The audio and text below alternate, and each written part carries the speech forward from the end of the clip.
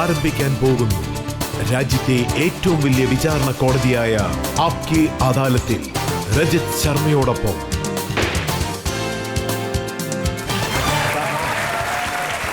നമസ്കാരം, ആപ്കി അദാലത്തിലേക്ക് നിങ്ങളെ സ്വാഗതം ചെയ്യുകയാണ്. ആപ്കി അദാലത്തിൽ ഇന്ന് നമ്മൾ കാണാൻ പോകുന്ന വ്യക്തി, ഇദ്ദേഹം രാജ്യം മുഴുവനും അഴിമതിക്കെതിരായ പ്രചാരണം നടത്തിയ വ്യക്തിയാണ്. പഴയ കാലഘട്ടത്തിലെ ഒരു ഗാന്ധിയവാദിയാണ് ഇദ്ദേഹം പുതിയ തലമുറയ്ക്ക് പുതിയ ചിന്താശക്തി നൽകിയ വ്യക്തിയാണ്. ഇപ്പോൾ ഞാൻ സ്വാഗതം ചെയ്യാൻ പോകുന്നത് അണ്ണാ ഹസാരെയാണ്. അണ്ണാ ഹസാരെ.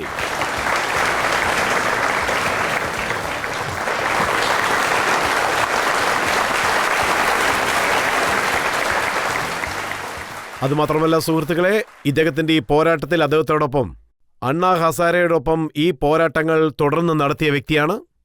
അദ്ദേഹം ഒരു ആക്ടിവിസ്റ്റാണ്, അരവിന്ദ് കെജ്രിവാൾ.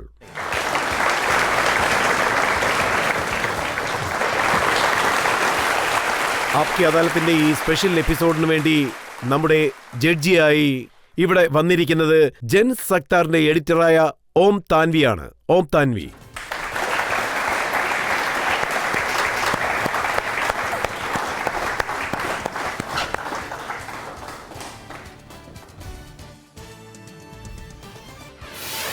ഇന്നത്തെ വിചാരണ തുടങ്ങുന്നതിന് മുൻപ് ഇന്നത്തെ ജഡ്ജിയായ ഓം താൻവി അനുവാദം നൽകുകയാണെങ്കിൽ നമുക്ക് വിചാരണ തുടങ്ങാം.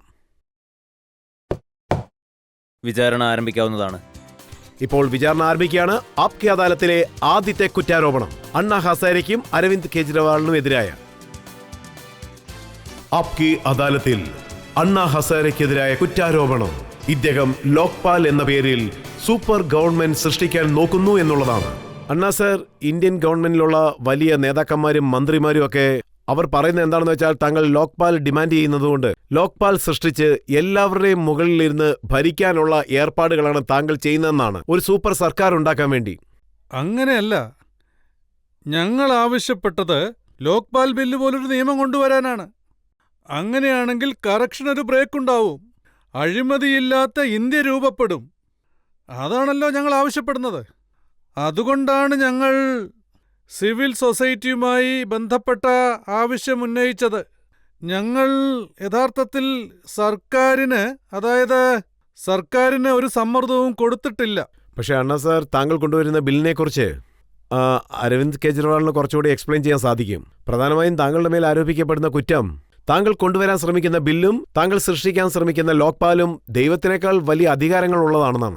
പ്രധാനമന്ത്രിയെക്കാളും ഉന്നതിയിലുള്ള ചീഫ് ജസ്റ്റിസിനേക്കാളും അധികാരങ്ങൾ കൂടുതലുള്ളത്. നോക്കൂ, ഇതൊരു തെറ്റായ അഭ്യൂഹമാണ്. ആളുകളുടെ മനസ്സിലേക്ക് ഇത് വളരെ പ്ലാൻഡ് ആയിട്ട് പ്രചരിപ്പിക്കുകയാണ്. ലോക്പാലിലുള്ള ഇൻവെസ്റ്റിഗേഷൻ ഓഫീസറിന്റെ അടുത്ത് പ്രധാനമന്ത്രിക്ക് എതിരായി ഏതെങ്കിലും ഒരു പരാതി വന്നാൽ പോലും, അതല്ല ചീഫ് ജസ്റ്റിസിനെതിരായി ഒരു പരാതി വന്നാലും, അതുമല്ലെങ്കിൽ ഏതെങ്കിലും മന്ത്രി, MP, അതുമല്ലെങ്കിൽ പ്യൂൺ, ഇങ്ങനെ ആർക്കെതിരെയെങ്കിലും ഒരു കറപ്ഷൻ കംപ്ലൈന്റ് വന്നാൽ അദ്ദേഹം ആ കാര്യം അന്വേഷിക്കുക മാത്രമേ ചെയ്യൂ. അദ്ദേഹത്തിന് ഓർഡർ ഇടാനുള്ള അധികാരമില്ല അതിൽ. പക്ഷേ സർക്കാർ സ്ഥലങ്ങളിൽ നിന്ന് ഞാൻ അറിഞ്ഞ എന്താണെന്ന് വെച്ചാൽ, ഈ ബോഡി നോക്കുകയാണെങ്കിൽ അണ്ണാ ഹസാരെ കൊണ്ടുവരുന്ന ഈ ബോഡി അരവിന്ദ് കെജ്രിവാളിനെ ലോക്പാൽ ആക്കുന്ന രീതിയിലുള്ളതാണ്, എല്ലാവരെയും ഭരിക്കുന്ന രീതി. നമുക്ക് അങ്ങനെ പ്രതീക്ഷിക്കാൻ പറ്റില്ല. ലോക്പാൽ ഒരു രാജയുടെ മുന്നിൽ പോയി നിന്ന്, അല്ലെങ്കിൽ കൽമാടിയുടെ മുന്നിൽ പോയി കൈകൂപ്പി നിന്ന്, നിങ്ങൾ വരൂ കൈക്കൂലിയെ പറ്റി സംസാരിക്കൂ എന്ന് പറയുകയാണെങ്കിൽ ആരും ഒന്നും പറയാൻ പോകുന്നില്ല. അതിന് റെയ്ഡ് നടത്തിയേ തീരൂ, അറസ്റ്റും ചെയ്തേ തീരൂ. ഇപ്പൊ CBIയുടെ കയ്യിൽ എന്തൊക്കെ പവറുകളാണോ ഉള്ളത്, അതേ പവറുകൾ തന്നെയാണ് ലോക്പാലിനും ഉള്ളത്. അതിനേക്കാൾ എക്സ്ട്രാ പവറുകളൊന്നും ലോക്പാലിന് കൊടുത്തിട്ടേ ഇല്ല. അപ്പൊ താങ്കൾ എന്താണ് പറഞ്ഞു വരുന്നത്? ലോക്പാലിന് അധികാരം ഉണ്ടോ ഇല്ലയോ? ലോക്പാൽ എന്ന് വെച്ചാൽ ഒരു ഇൻവെസ്റ്റിഗേഷൻ ഏജൻസി മാത്രമാണ്. അതിൽ മൾട്ടിപ്പിൾ ഇൻവെസ്റ്റിഗേഷൻ ഏജൻസികൾ മെർജ് ആവുന്നുണ്ട്. ഞാനൊരു ഉദാഹരണം പറയാം. കോമൺവെൽത്ത് ഗെയിമിൽ സ്ട്രീറ്റ് ലൈറ്റിംഗ് കേസ് ആദ്യം CVC അന്വേഷിച്ചു, CBI അന്വേഷിച്ചു, പിന്നെ ശുങ്ക്ലു കമ്മിറ്റി അന്വേഷിച്ചു. പക്ഷെ ആരും ജയിലിലായില്ല. ഇങ്ങനെ ഫ്രാക്ചേർഡ് മാൻഡേറ്റിലൂടെ മൾട്ടിപ്പിൾ ബോഡികൾ കൊടുത്ത് ഒരു സിസ്റ്റത്തെ തന്നെ നമ്മൾ ഉണ്ടാക്കിയിരിക്കുകയാണ്. അതുകൊണ്ട് തന്നെ ഇവിടെ ആരും ജയിലിലേക്ക് പോകുന്നില്ല. ഇവിടെ അന്വേഷണം മാത്രമേ നടക്കുന്നുള്ളൂ. ഒരേ കേസ് തന്നെ 3 ഏജൻസികൾ അന്വേഷിക്കുന്ന സാഹചര്യം വരുമ്പോൾ, അത് കോടതിയിലെത്തുമ്പോൾ ഒരു ഏജൻസി മറ്റേ കേസ് തകർക്കുന്നു. ഞങ്ങൾ ഒരു സിംഗിൾ ഇൻവെസ്റ്റിഗേഷൻ ഏജൻസി ഉണ്ടാക്കൂ എന്നാണ് പറയുന്നത്. നമ്മുടെ രാജ്യത്ത് ഇപ്പൊ തന്നെ ധാരാളം ഏജൻസീസ് ഉണ്ടല്ലോ. CBI അന്വേഷിച്ച് ധാരാളം പേരെ ജയിലിൽ അയക്കുകയും ചെയ്തു. ഇപ്പോൾ തീഹാർ ജയിലിൽ പോലും വലിയ വലിയ ആൾക്കാർക്ക് സ്ഥലമില്ലെന്നാണ്. വിജിലൻസ് കമ്മീഷണറുണ്ട്, CBC ഉണ്ട്, പിന്നെ എല്ലാത്തിനും മുകളിൽ മറ്റൊരു ബോഡി എന്തിനാണ് നിങ്ങൾ സൃഷ്ടിക്കാൻ ശ്രമിക്കുന്നത്? ഇപ്പോ ചിലരൊക്കെ ജയിലിൽ പോയിട്ടുണ്ടെങ്കിൽ അത് സമ്മർദ്ദം ചെലുത്തിയതുകൊണ്ടാണ് പോയത്. സ്വാതന്ത്ര്യം കിട്ടിയതിനു ശേഷം 62 വർഷമായി CBI എൻക്വയറി നടത്തി വരികയാണ്. വിജിലൻസ് കമ്മിറ്റിയും എൻക്വയറി നടത്തിയിട്ടുണ്ട്. പക്ഷേ എത്ര മന്ത്രിമാർ ജയിലിൽ പോയിട്ടുണ്ട്, എത്ര വലിയ വലിയ ഓഫീസേഴ്സ് ജയിലിൽ പോയിട്ടുണ്ട് പറയൂ? കാരണം എന്താണെന്നറിയോ? CBIയും വിജിലൻസ് കമ്മിറ്റിയും എല്ലാം ഗവൺമെന്റിന്റെ നിയന്ത്രണത്തിലാണ്. സർക്കാരിന്റെ സമ്മർദ്ദം അവരുടെ മേലുണ്ടാവും. മിണ്ടാതിരുന്നു അല്ലെങ്കിൽ ജോലി പോകും. അതുകൊണ്ടാണ്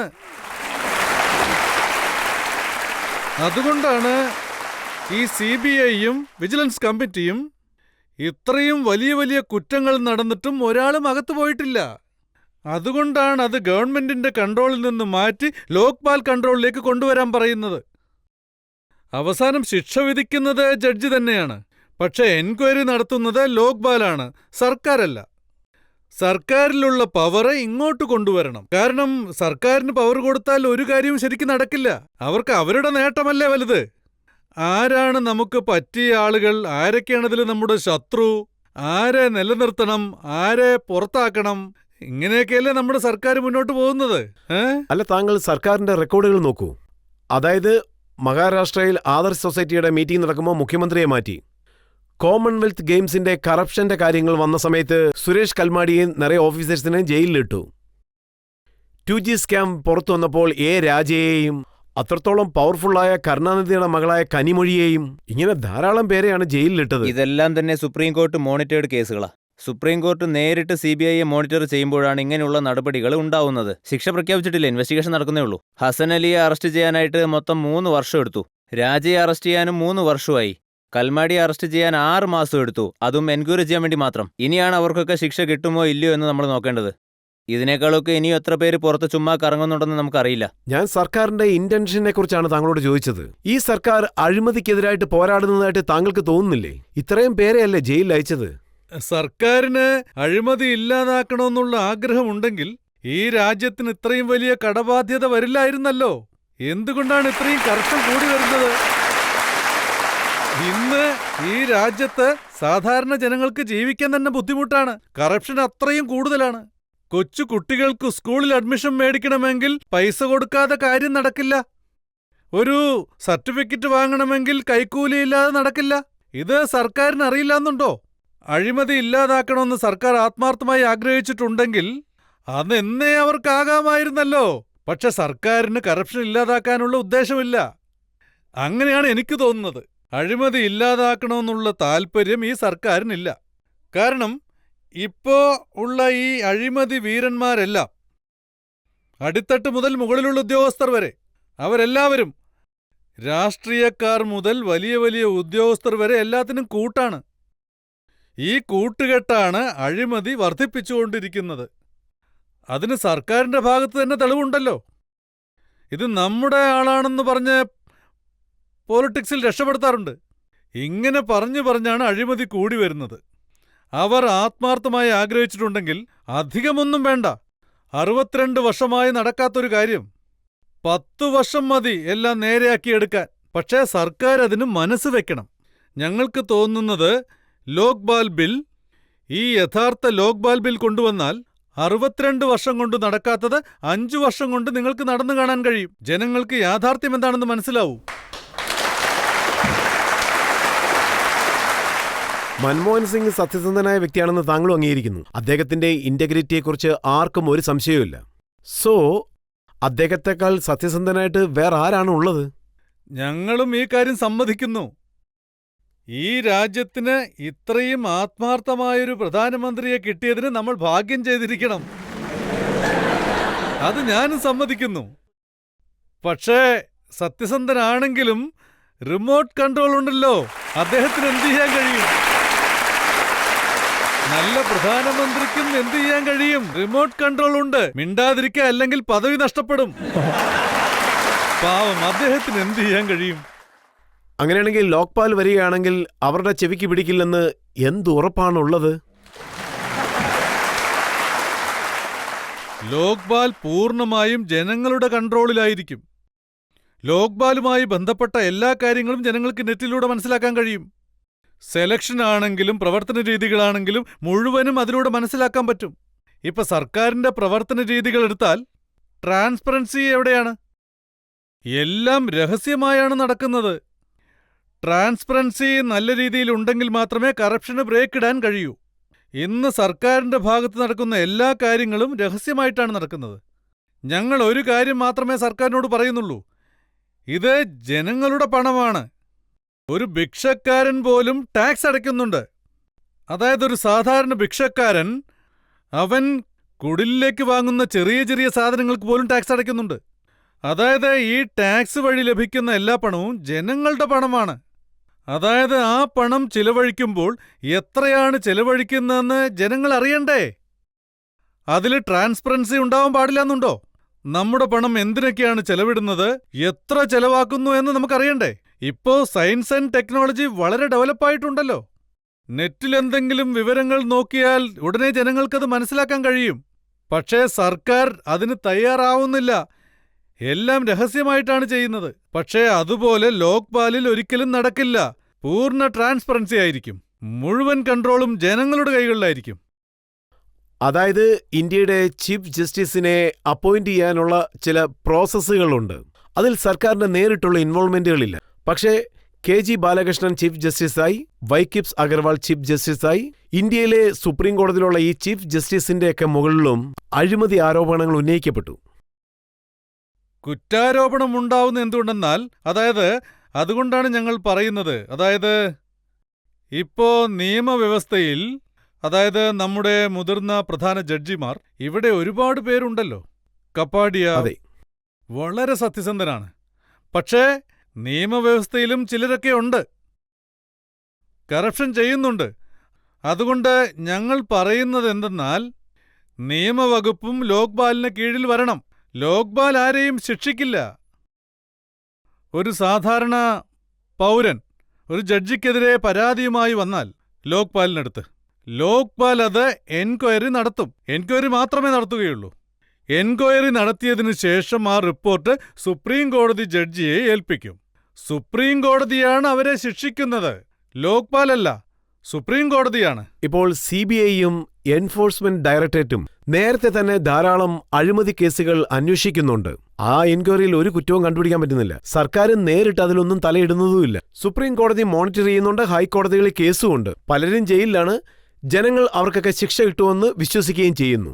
ഇങ്ങനൊരു സിസ്റ്റം കറക്റ്റായിട്ട് നടക്കുന്ന സമയത്ത് പുതിയ ബിൽ എന്താണെന്ന് വെച്ചാൽ ഇതൊന്നും സിസ്റ്റം അല്ല, ഇത് വെറും എക്സെപ്ഷൻ കേസുകളാണ്. സുപ്രീം കോടതിയെ കൊണ്ട് എല്ലാ CBI കേസുകളും മോണിറ്റർ ചെയ്യുക എന്നത് അസാധ്യമായ ഒരു കാര്യമാണ്. അത് വളരെ ബുദ്ധിമുട്ടാണ്. അത് അവരെ സംബന്ധിച്ച് മാൻഡേറ്റും അല്ല.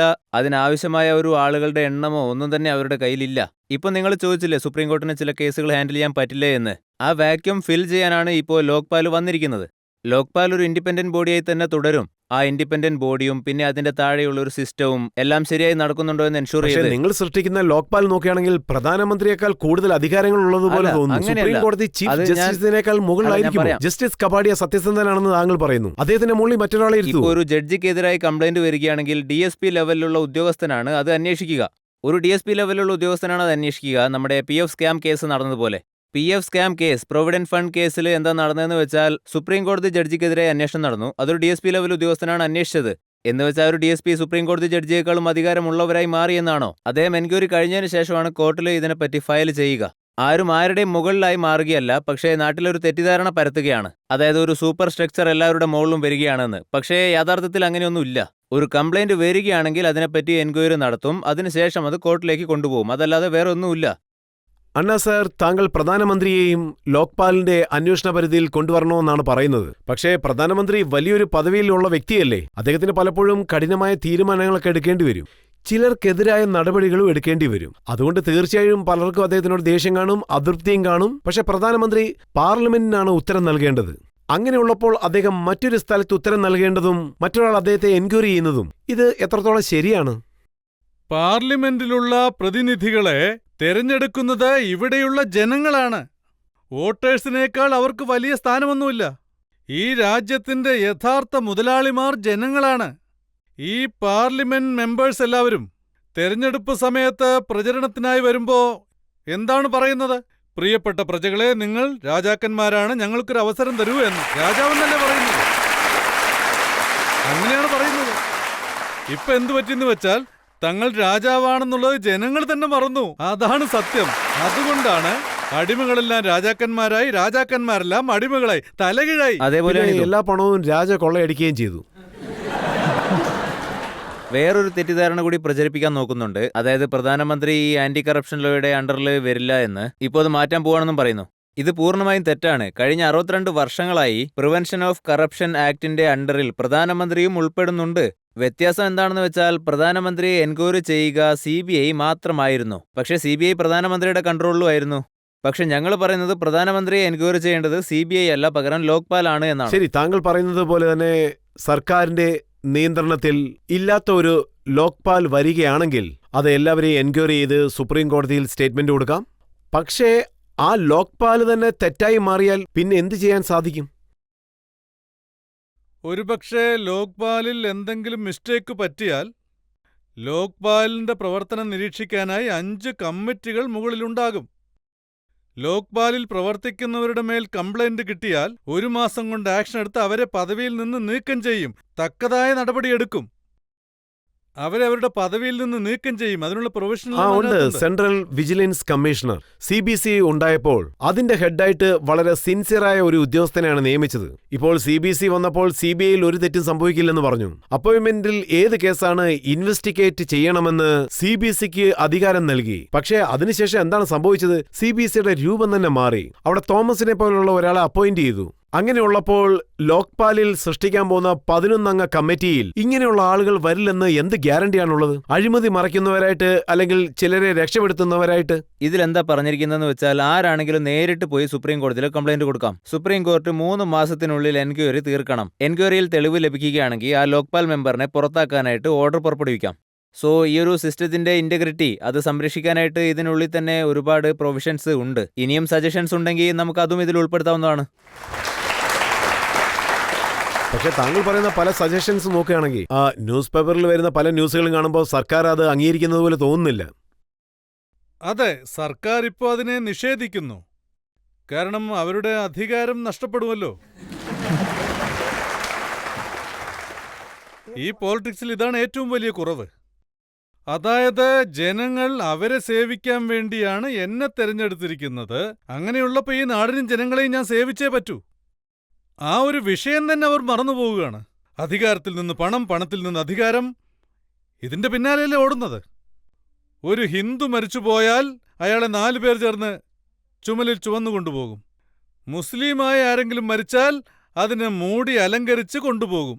ക്രിസ്ത്യാനികൾ ആരെങ്കിലും മരിച്ചാൽ പെട്ടിക്കകത്ത് അടച്ചു വെച്ച് അതിനെ കൊണ്ടുപോകും. പക്ഷേ ചില രാഷ്ട്രീയക്കാരുടെ വിചാരം എന്തെന്ന് വെച്ചാൽ ശ്മശാനത്തിലേക്ക് പോകുമ്പോൾ പോലും കസേരയിലിരുന്ന് വേണം പോകാനെന്നാണ് ആഗ്രഹിക്കുന്നത്. അതുകൊണ്ടാണ് രാജ്യത്തിന്റെ അവസ്ഥ ഇങ്ങനെയായത്. അതുകൊണ്ടാണ് നമ്മുടെ അവസ്ഥ ഇങ്ങനെയായത്.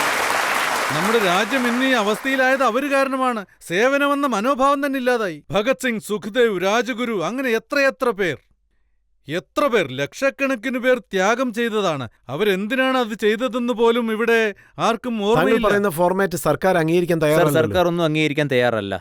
താങ്കൾ CVCയുടെ എക്സാമ്പിൾ പറഞ്ഞിരുന്നില്ലേ? The devil lies in details. Government ഒരു പേരിന് മാത്രം അവിടെ CVC എന്നൊന്ന് ഉണ്ടാക്കി വെച്ചിരുന്നു. അതുപോലെ തന്നെ CBIയുടെയും കാര്യം. ഇപ്പോൾ ജനങ്ങൾ എന്താ പറയുന്നതെന്ന് വെച്ചാൽ ലോക്പാലിനെ ജോക്പാലാക്കി മാറ്റാൻ പോവുകയാണ് എന്ന്. അതായത് ഗവൺമെന്റ് ഇപ്പോൾ എങ്ങനെയുള്ള നിയമങ്ങളാണ് ഉണ്ടാക്കാൻ പോകുന്നതെന്ന് വെച്ചാൽ അതിനകത്ത് പ്രധാനമന്ത്രി ഉണ്ടാവില്ല, ജുഡീഷ്യറിയും അതിനകത്ത് ഉണ്ടാവില്ല, മെമ്പർ ഓഫ് പാർലമെന്റും അതിന്റെ അണ്ടറിൽ വരുന്നില്ല, അവരുടെ താഴെയുള്ള ഓഫീസേഴ്സും അതിൽ വരുന്നില്ല. സോ ഇതിൽ ആരാ ഉൾപ്പെടുക എന്ന് ഞങ്ങൾ മീറ്റിംഗിൽ വെച്ച് ചോദിച്ചു. ജനങ്ങൾ തന്നെ വേറെ ആരാ? അതിന് ഗവൺമെന്റ് എന്താ പറഞ്ഞെന്ന് വെച്ചാൽ 2500 മുകളിലുള്ള സീനിയർ ഓഫീസേഴ്സിനെ മാത്രമേ അന്വേഷിക്കൂ എന്ന്. അങ്ങനെയൊന്നും കറപ്ഷൻ ഇല്ലാതാവാൻ പോകുന്നില്ല. ഒരു ചെറിയ ബിൽഡിംഗിൽ ഒരു ചെറിയ ഓഫീസ് തുറന്ന് ഞങ്ങൾ ലോക്പാൽ ഉണ്ടാക്കി എന്ന് പറയും. പക്ഷേ ഞങ്ങൾക്ക് ഈ ജോക്പാൽ അല്ല ആവശ്യം, ഞങ്ങൾക്ക് ലോക്പാൽ തന്നെയാണ് ആവശ്യം.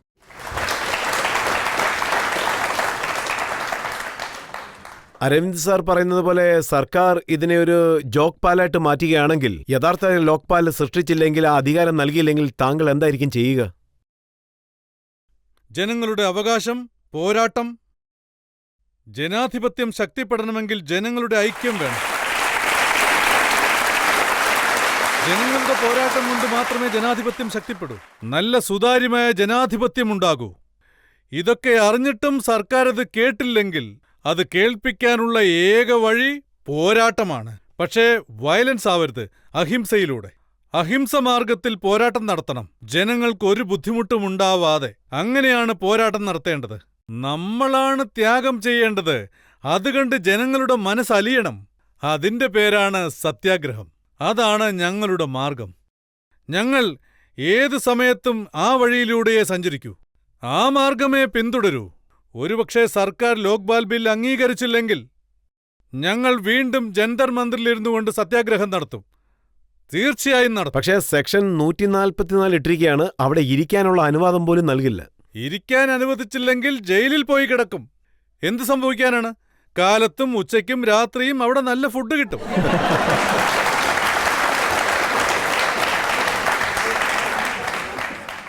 അതായത് സമാധാനത്തോടെ പോരാട്ടങ്ങൾ നടത്തിയാലും അല്ലെങ്കിൽ ധർണ നടത്തിയാലും പോലീസ് ലത്തിച്ചാർജ് നടത്തും, ടെയർ ഗ്യാസ് ഉപയോഗിക്കും. രാംലീല മൈതാനത്തിൽ കണ്ടതല്ലേ? ലാത്തിയടി കൊള്ളാനും ഞങ്ങൾ ഒരുക്കമാണ്. ജനങ്ങൾക്ക് വെടിയേറ്റിരിക്കുന്നു. പിന്നെയാണോ ഇത്? ലക്ഷക്കണക്കിന് പേർ ജീവത്യാഗം ചെയ്തില്ലേ? ലാത്തി ചാർജൊന്നും ഞങ്ങൾ ഭയപ്പെടില്ല. ഇത് രണ്ടാം സ്വാതന്ത്ര്യ സമരമെന്ന് വേണമെങ്കിൽ പറയാം. യഥാർത്ഥ സ്വാതന്ത്ര്യം കിട്ടിയിട്ടില്ല. വെള്ളക്കാര് പോയി, കറുത്തവര് വന്നു, അത്രയേ ഉള്ളൂ. അതുകൊണ്ട് ഇനിയൊരു സ്വാതന്ത്ര്യ സമരം ഞങ്ങൾക്ക് നടത്തേണ്ടി വരും. താങ്കൾ രണ്ടാം സ്വാതന്ത്ര്യ സമരമാണെന്ന് പറയുന്നതുകൊണ്ട് കോൺഗ്രസിലെ നേതാക്കന്മാരെല്ലാം ദേഷ്യത്തിലാണ്. അവർ പറയുന്നത് ഇത് സ്വാതന്ത്ര്യ സമരമൊന്നുമല്ല, ഒരു ഡിക്റ്റേറ്റർ ക്രിയേറ്റ് ചെയ്യാനുള്ള ശ്രമമാണ്. ഇതിനെപ്പറ്റിയുള്ള പല ചോദ്യങ്ങളും ആരോപണങ്ങളൊക്കെ എന്റെ പക്കലുണ്ട്. ഇപ്പോൾ നമുക്കൊരു ബ്രേക്ക് എടുക്കാം. ബ്രേക്കിന് ശേഷം ആപ്കി അദാലത്തിൽ അണ്ണാ ഹസാരെയോടും അരവിന്ദ് കെജ്രിവാളിനോടും ജനങ്ങളുടെ ചോദ്യങ്ങൾ തുടരുന്നതായിരിക്കും. എന്റെ പക്കൽ ഒന്നും തന്നെയില്ല. ഞാനൊരു അമ്പലത്തിലാണ് താമസിക്കുന്നത്. അതായത് 8-ന് 10 ഒരു മുറി. ഉറങ്ങാൻ പായയുണ്ട്, കഴിക്കാൻ പ്ലേറ്റ് ഉണ്ട്. പക്ഷേ 6 ക്യാബിനറ്റ് മിനിസ്റ്ററെ പൊക്കി കറപ്ഷന്റെ പേരിൽ വീട്ടിലേക്ക് പറഞ്ഞയച്ചു. എനിക്ക് കഴിയും.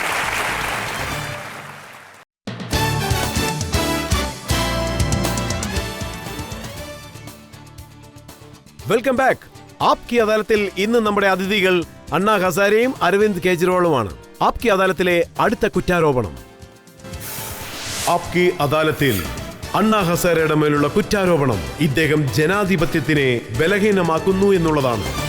അണ്ണാ സാർ, കേന്ദ്ര സർക്കാരിലുള്ള വലിയ വലിയ മന്ത്രിമാർ അവരെന്താ പറയുന്നതെന്ന് വെച്ചാൽ താങ്കളുടെ പോരാട്ടം കാരണം ജനാധിപത്യം ബലഹീനമാകുന്നു, നിയമം ഉണ്ടാക്കുന്ന അധികാരം പാർലമെന്റിന് മാത്രമേ ഉള്ളൂ, ജനങ്ങൾ തിരഞ്ഞെടുത്ത പ്രതിനിധികളുടെ അധികാരം താങ്കൾ എങ്ങനെ കയ്യിലെടുക്കുന്നു എന്ന് ചോദിക്കുന്നു. പാർലമെന്റിനേക്കാൾ വലിയ സർക്കാർ ജനങ്ങളാണെന്നുള്ളത് മറന്നു. ജനങ്ങൾ തങ്ങളുടെ റെപ്രസെന്റേറ്റീവായി ഇവരെ വിശ്വസിച്ച് തെരഞ്ഞെടുത്തു പറഞ്ഞയക്കുകയാണ്. അതേ ജനങ്ങളാണ് പറയുന്നത് ഞങ്ങൾക്കിപ്പോൾ ഈ ഒരു നിയമം വേണമെന്ന്. അതിനനുസരിച്ചുള്ള നിയമം സർക്കാർ കൊണ്ടുവരണം. ഇത് ജനങ്ങളുടെ ഒരു പ്രഷറാണെന്ന് കരുതാം. ജനങ്ങൾക്കെന്താ അതിനുള്ള അവകാശമില്ലേ? നിങ്ങൾ ദുർബലമായ നിയമങ്ങൾ കൊണ്ടുവരുമ്പോൾ അതുകൊണ്ട് എന്താണ് പ്രയോജനം?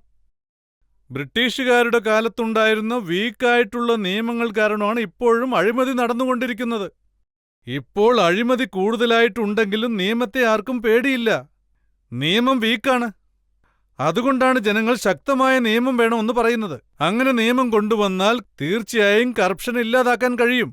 ഇത് സർക്കാർ ചെയ്യണം. സർക്കാർ മുതലാളിയല്ലല്ലോ. സർക്കാർ സേവകരാണ് ജനങ്ങൾക്ക്.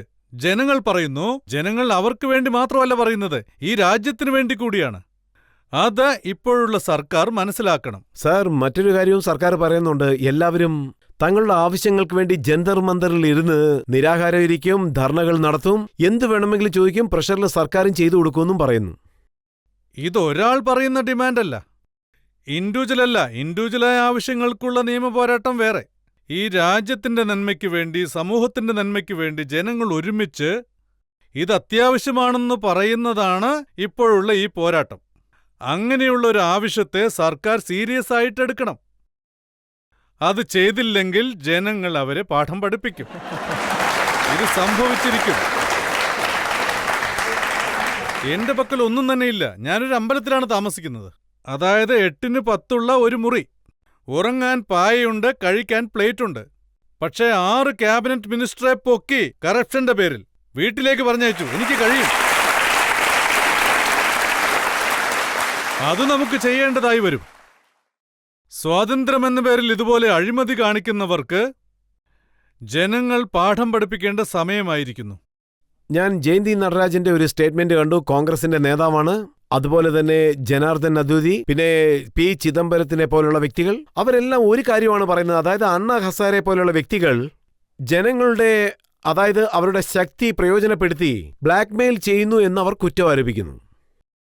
സർക്കാർ ഇത് ബ്ലാക്ക്മെയിൽ ആണെന്ന് പറഞ്ഞാൽ ഇത് ജനങ്ങളുടെ അവകാശമാണ്. ഈ അവകാശമാണ് സർക്കാരിനോട് ജനങ്ങൾ പറയുന്നത്. സർക്കാർ ഇതിനെ ബ്ലാക്ക്മെയിൽ എന്ന് പറഞ്ഞാൽ രാജ്യത്തിനു വേണ്ടി ആ ബ്ലാക്ക്മെയിൽ നമ്മൾ ചെയ്തുകൊണ്ടേയിരിക്കണം. നമ്മുടെ രാജ്യത്തിനു വേണ്ടി, രാജ്യ നന്മയ്ക്ക് വേണ്ടി ഞങ്ങൾ ശബ്ദമുയർത്തിക്കൊണ്ടേയിരിക്കും. താങ്കൾ നിയമമുണ്ടാക്കണമെന്ന് ആഗ്രഹിക്കുകയാണെങ്കിൽ എന്തുകൊണ്ട് ഇലക്ഷനിൽ നിൽക്കാൻ പാടില്ല? ഇലക്ഷനിൽ നിൽക്കൂ, പാർലമെന്റിലേക്ക് പോകൂ, അവിടെ ഇരുന്ന് പുതിയ നിയമങ്ങൾ കൊണ്ടുവരിക.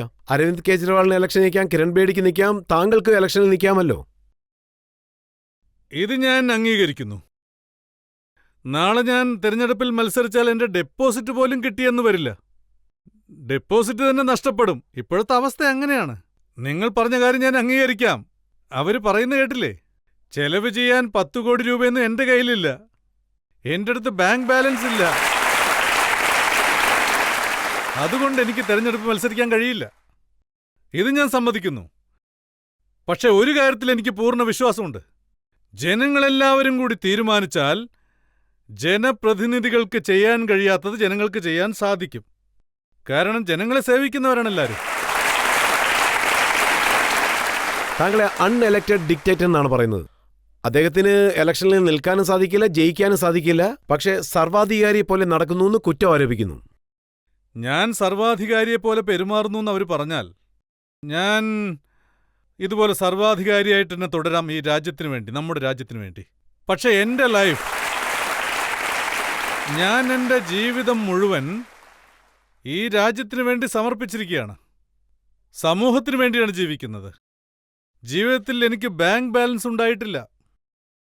എനിക്ക് 3 സഹോദരന്മാരുണ്ട്. അവരുടെ മക്കളുടെ പേരെന്താണെന്ന് പോലും എനിക്കറിയില്ല. കോടിക്കണക്കിന് പദ്ധതികളുണ്ട്, പക്ഷെ എന്റെ പക്കൽ ബാങ്ക് ബാലൻസ് ഇല്ല. ഇങ്ങനെയുള്ള എന്നെ സർവാധികാരിയാണെന്ന് പറഞ്ഞാൽ ആ പേര് ഈ രാജ്യത്തിനു വേണ്ടി ഞാൻ സ്വീകരിക്കാം. ഇതിൽ നിന്ന് ഒരിക്കലും ഞാൻ പിന്മാറില്ല. തുടർന്ന് പോരാട്ടം നടത്തിക്കൊണ്ടേയിരിക്കും. തീർച്ചയായും ജനങ്ങളെ ഒന്നിച്ചുകൂട്ടി അത് മുഖേന സർക്കാരിന് പ്രഷർ കൊടുത്ത് സർക്കാരിനെ കൊണ്ട് താങ്കൾക്ക് ആവശ്യമുള്ള നിയമങ്ങളൊക്കെ ഉണ്ടാക്കിയെടുക്കൂ. അങ്ങനെ ചെയ്തേ പറ്റൂ. സ്വാതന്ത്ര്യമെന്ന പേരിൽ ഈ നാടിനെ മുടിച്ചുകൊണ്ടിരിക്കുന്നവർക്കെതിരെ ജനങ്ങളെല്ലാവരും ഒരുമിച്ച് ശബ്ദമുയർത്തണം. അതാണ് ഏക വഴി. ജനങ്ങൾ ഐക്യത്തോടെ ശബ്ദമുയർത്തിയാൽ മാത്രമേ ഈ സർക്കാർ പരാജയപ്പെടുകയുള്ളൂ. നമ്മളൊരു ബ്രേക്ക് ഇടണം. അതാണൊരു പരിഹാരം. ജനങ്ങളുടെ ഐക്യം. ജനങ്ങൾ ഏകസ്വരത്തിൽ ഒരുമിച്ച് ഇതിനെതിരെ പോരാടണം. അങ്ങനെയെങ്കിൽ ജനാധിപത്യം ശക്തിപ്പെടും, സുതാര്യമാകും, സുസ്ഥിരമാകും. സാധാരണ ജനങ്ങൾക്ക് നീതി കിട്ടും. എനിക്കിതിൽ വിശ്വാസമുണ്ട്.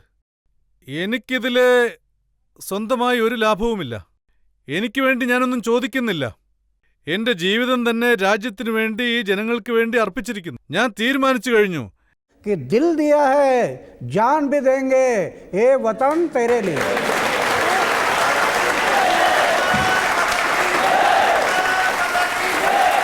എന്റെ രാജ്യത്തിനു വേണ്ടി ഞാൻ എന്റെ ജീവൻ കൊടുക്കും. ഇത് ഞാൻ തീരുമാനിച്ചു കഴിഞ്ഞു. ഈ രാജ്യത്തിനു വേണ്ടി എന്റെ ജീവൻ ഞാൻ കൊടുക്കും. ഇതാണ് എന്റെ തീരുമാനം.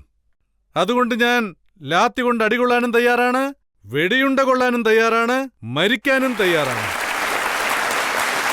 മറ്റൊരു കുറ്റം ആരോപിക്കുന്നുണ്ട്. അതായത് താങ്കളുടെ പിന്നാലെ വരുന്നത് ട്വിറ്റർ ജനറേഷൻ ആണെന്ന്, അതുപോലെ ഫേസ്ബുക്ക് ജനറേഷനും ആണെന്ന്, അതുപോലെ ഇന്റർനെറ്റ് കണ്ടു വായിക്കുന്ന ജനറേഷനും ആണെന്ന്. പക്ഷേ നാട്ടിലുള്ള സാധാരണ ജനങ്ങളും ഗ്രാമത്തിലുള്ളവരൊന്നും ഈ സമരത്തിൽ പങ്കെടുക്കുന്നില്ലെന്ന് പറയുന്നു. ഞാൻ ഈ അടുത്താണ് 3 ലോ കോളേജ് സ്റ്റുഡൻസുമായിട്ടൊരു മീറ്റിംഗ് നടത്തിയത്. യുവാക്കളെ ബോധവൽക്കരിക്കുന്നു, യുവാക്കൾക്ക് ബോധവൽക്കരണം നൽകുന്നു. എന്റെ വലിയ വിശ്വാസം യുവാക്കളിലാണ്. ഞാൻ അവരോട് എന്താണ് പറയുന്നതെന്ന് വെച്ചാൽ, ഭഗത് സിംഗിന്റെയും സുഖ്ദേവിന്റെയും രാജഗുരുവിന്റെയും ത്യാഗത്തെ യുവാക്കൾ മറക്കരുത്. അതെപ്പോഴും നിങ്ങളുടെ മനസ്സിൽ കൊണ്ടു നടക്കണം. തൂക്കിലേറ്റാൻ പോകുന്നുവെന്നറിഞ്ഞിട്ടും, ആ തൂക്കുകയർ നേരിട്ട് കണ്ടിട്ടും, 2 മിനിറ്റിനകം മരിക്കാൻ പോകുമെന്ന് അറിഞ്ഞിട്ടും ഒരു ഭയവുമില്ലാതെ അദ്ദേഹത്തിന്റെ ശബ്ദം ഉയർന്നു. ഇൻക്ലാബ് ജിന്ദാബാദ്, വന്ദേ മാതരം, ഭാരത് മാതാ കി ജയ്.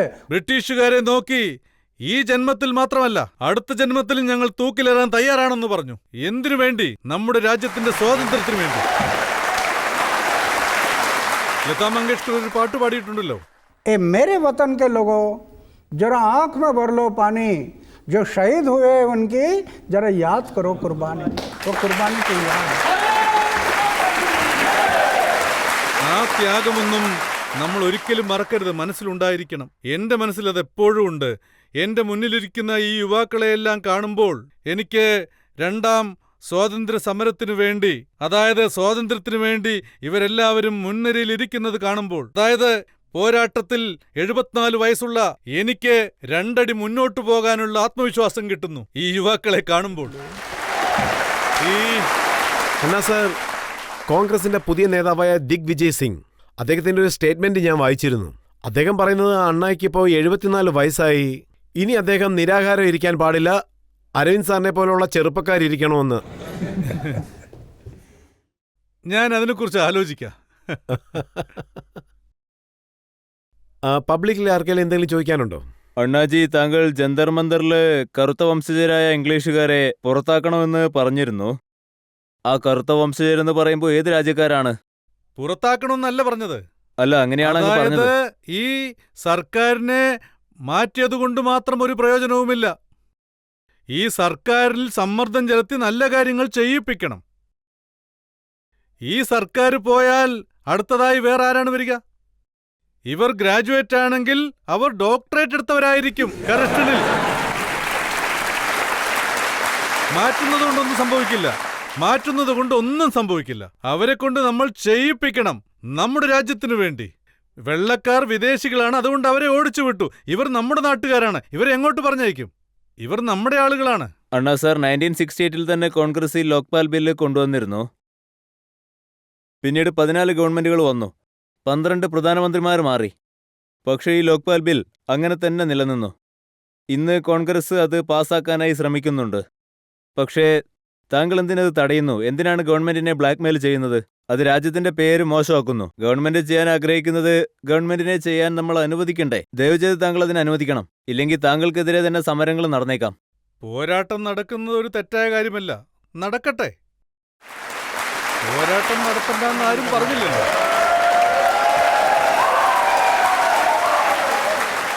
ഞങ്ങൾ ആർക്കും തടസ്സം നിൽക്കില്ല. കോൺഗ്രസ് ആയിക്കോട്ടെ, BJP ആയിക്കോട്ടെ, ശിവസേന ആയിക്കോട്ടെ, മറ്റാരെങ്കിലും ആയിക്കോട്ടെ, എല്ലാവരും നമ്മുടെ ആളുകളല്ലേ. ഞങ്ങൾക്ക് വ്യക്തിപരമായ വൈരാഗ്യമില്ല. ഞങ്ങൾക്ക് ആരുമായിട്ടും വ്യക്തിപരമായ വഴക്കുകളില്ല. ഞങ്ങൾ ആവശ്യപ്പെടുന്നത് അല്ല, ആദ്യം ആ ഒരു നിയമം വരട്ടെ, എന്നാലല്ലേ ഞങ്ങൾക്ക് അറിയാൻ സാധിക്കും. എന്താ പറയുന്നത് വെച്ചാൽ ആദ്യം ആ നിയമങ്ങളൊക്കെ വരട്ടെ, അതിൽ എന്തെങ്കിലും കുറ്റങ്ങളുണ്ടെങ്കിൽ അതിനുശേഷം അത് ശരിയാക്കാമെന്ന്. നിങ്ങൾ മുഴുവൻ ഡ്രാഫ്റ്റ്സും സ്റ്റഡി ചെയ്ത് നോക്കൂ. സർക്കാർ തയ്യാറാക്കിയിരിക്കുന്ന ഈ ഡ്രാഫ്റ്റ് വളരെയേറെ വീക്കാണ്. അതുകൊണ്ട് കറപ്ഷൻ ഒരിക്കലും ഇല്ലാതാവുകയില്ല. ഞങ്ങൾ പറയുന്നത് ഒന്നേ ഒന്നാണ്, ആ ഡ്രാഫ്റ്റിനെ കുറിച്ചുള്ള ഡിസ്കഷൻ നടന്നു വരുന്നുണ്ട്. സർക്കാർ ജോയിന്റ് കമ്മിറ്റി രൂപീകരിച്ചിട്ടുണ്ട്. ജോയിന്റ് കമ്മിറ്റി രൂപീകരിച്ച് 3 മാസമായി മീറ്റിംഗും നടക്കുന്നുണ്ട്. പിന്നെ പെട്ടെന്ന് ഇല്ല, കഴിയില്ല എന്ന് പറയുന്നു. അപ്പൊ പിന്നെ ഈ ജോയിന്റ് കമ്മിറ്റി എന്തിനാണ് രൂപീകരിച്ചത്? ആവശ്യമില്ലാതെ നിങ്ങളുടെ സമയം പാഴായില്ലേ? അതുപോലെ ഞങ്ങളുടെ സമയവും ഇപ്പൊ പാഴായില്ലേ? ഞങ്ങളിത് ചെയ്യില്ല എന്ന് നേരത്തെ പറയാമായിരുന്നല്ലോ. ഇതൊരിക്കലും ശരിയല്ല. ഉത്തർപ്രദേശ് മുഖ്യമന്ത്രിയായ മായാവതി പറഞ്ഞിരിക്കുകയാണ്, താങ്കൾ തെറ്റായ സർക്കാരിനെയാണ് വിശ്വസിക്കുന്നത്, അവരുടെ കൂടെ ഒരു ഡിസ്കഷന്റെയും ആവശ്യമില്ല, ഈ ലോക്പാൽ ബിൽ നേരിട്ട് ജനങ്ങളുടെ കയ്യിൽ കൊണ്ടുകൊടുത്തിട്ട് പാർലമെന്റിൽ പ്രക്ഷോഭം നടത്തണമെന്ന്. ശരി, അവര് പറഞ്ഞ ഈ അഭിപ്രായത്തെപ്പറ്റി ആലോചിക്കാം. ഗവൺമെന്റിന്റെ 5 പ്രതിനിധികളും ഏറ്റവും കുറഞ്ഞത് 20 ലക്ഷം വോട്ടേഴ്സിനെ റെപ്രസെന്റ് ചെയ്യുന്നുണ്ട്. എന്നാൽ ചിലർക്ക് 5 ലക്ഷമോ 10 ലക്ഷമോ വോട്ടേഴ്സാണ് ഉള്ളത്. പക്ഷേ സിവിൽ സൊസൈറ്റിയിലുള്ളവർ, അതായത് ഒരു ഗ്രാമപഞ്ചായത്ത് പ്രസിഡന്റ് ഇലക്ഷൻ പോലും ജയിക്കാൻ പറ്റാത്തവർ, ആ 5 പേർ ഇലക്ഷനിൽ നിന്നവരല്ല. പക്ഷേ അവര് ഇലക്ഷനിൽ നിന്നവരെ ചാലഞ്ച് ചെയ്യുകയാണ്. ലക്ഷക്കണക്കിന് വോട്ട് വാങ്ങി വന്നവരെ തന്നെ ഇവർ എതിർത്ത് സംസാരിക്കുകയാണ്. നമ്മുടെ ഏറ്റവും വലിയ തെറ്റെന്താന്ന് വെച്ചാൽ, നമ്മൾ ആരെയാണോ തിരഞ്ഞെടുക്കുന്നത് അവർ നമ്മുടെ സേവകരാണ്. നമ്മൾ എന്തിനാണ് അവരെ തിരഞ്ഞെടുത്ത് പറഞ്ഞയക്കുന്നത്? അവർ നമ്മുടെ പണത്തെ സ്ഥിരമായി ഉപയോഗപ്പെടുത്തണം, അതിനുവേണ്ടിയാണ്. അതിനാണ് ജനങ്ങൾ അവരെ തിരഞ്ഞെടുത്ത് അയക്കുന്നത്. ജനങ്ങൾ ഇങ്ങനെയൊരു നിയമം കൊണ്ടുവരണമെന്ന് ആവശ്യപ്പെട്ടാൽ അതിനവർക്ക് സമ്മതമല്ലെങ്കിൽ പിന്നെ എന്തിനാണ് അവരവിടെ ഇരിക്കുന്നത്? അങ്ങനെയാണെങ്കിൽ നിങ്ങൾ ഒരു പാർട്ടി ആരംഭിക്കൂ, തെരഞ്ഞെടുപ്പിൽ മത്സരിച്ച് ജനങ്ങളുടെ പ്രതിനിധിയായി ജയിച്ച് നിയമങ്ങൾ ഉണ്ടാക്കൂ. അപ്പൊ ഞങ്ങൾ ഇത് സമ്മതിക്കാം. സിവിൽ സൊസൈറ്റിയുടെ അർത്ഥം എന്താണ്? സിവിൽ സൊസൈറ്റിയിൽ 5 പേര് മാത്രമേ പാടുള്ളൂ എന്നുണ്ടോ? പ്രശാന്ത് ഭൂഷണെയും ശശിഭൂഷണെയും പോലുള്ള ചില ലോയേഴ്സ് മാത്രം അതിനകത്ത് മതിയെന്നാണോ? അദ്ദേഹം പറയുന്നത് എന്തുകൊണ്ട് ഒരു പാർട്ടി രൂപീകരിക്കാൻ പാടില്ല താങ്കൾ? അങ്ങനെ ഇലക്ഷനിൽ നിന്ന് ജയിച്ച് താങ്കൾക്ക് പാർലമെന്റിലെത്തി എന്ത് നിയമങ്ങളും ഉണ്ടാക്കാമല്ലോ. ഞാൻ നേരത്തെ പറഞ്ഞല്ലോ, ഞാനൊരു അമ്പലത്തിലാണ് താമസം, 8-ന് 10 മുറിയിലാണ് താമസമെന്ന്. ഇങ്ങനെയുള്ളൊരു സാഹചര്യത്തിൽ ഒരു പാർട്ടി ആരംഭിക്കാന്ന് വെച്ചാൽ എന്നെ സംബന്ധിച്ചിടത്തോളം എളുപ്പമല്ല. പക്ഷേ തെറ്റായ സർക്കാരിനെതിരെ ജനങ്ങളെ കൊണ്ട് സമ്മർദ്ദം ചെലുത്തിപ്പിക്കുന്നത് വലിയൊരു കാര്യം തന്നെയാണ്. അതായത് ജനങ്ങൾ വലിയ ശക്തിയാണ്. അതായത് ജനങ്ങളുടെ പ്രഷർ ഗ്രൂപ്പ് ഉണ്ടാക്കിയാൽ അതിന്റെ ശക്തി അധികമാകും. അതിനാണ് ഞാൻ ശ്രമിച്ചുകൊണ്ടിരിക്കുന്നത്. അതോടൊപ്പം മറ്റൊരു കാര്യം കൂടിയുണ്ട്.